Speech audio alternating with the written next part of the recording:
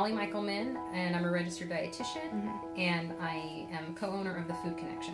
Ketogenic diet was used, I think, back in the 1920s to help children who had epilepsy, to help with seizure disorder. So it's a diet that limits carbohydrate, and as a result puts the body into something called ketosis. And when your body's in ketosis, you are, instead of using glucose, which is the preferred fuel for energy, your body switches off because you're not providing glucose, because you're not eating carbohydrate, and it turns to fat for fuel. So it was used for seizure disorders, and still sometimes is, but people learned that, hey, this might actually work for weight loss. And in fact, there's some truth to that for sure.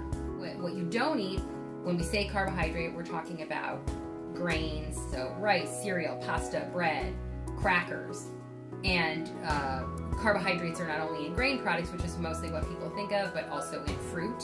You hear the word fructose, that's fruit sugar.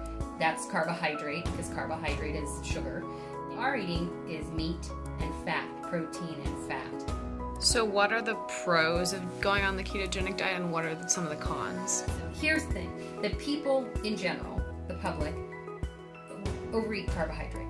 And so if you're on a diet like the ketogenic diet, that can really kind of give you a kick in the right direction. That gets people to think about it and to pay attention, maybe to read labels, to notice in a way they might not have done before. You're limiting anything in your diet, any food group, you might be missing out on key nutrients. I think you're missing out on fiber, and you can get fiber from fruit and you can get fiber from grains, but you're missing out on fiber, and our bodies really need fiber.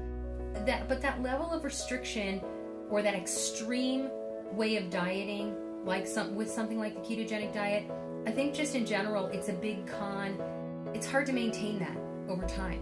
Your body is supposed to use glucose, first choice, glucose for fuel that you get from carbohydrate, and while it can use fat as a substitute, it's really not ideal. And so putting the body into that ketogenic state, a little bit, okay, I can accept that, but chronically, I think it's dangerous.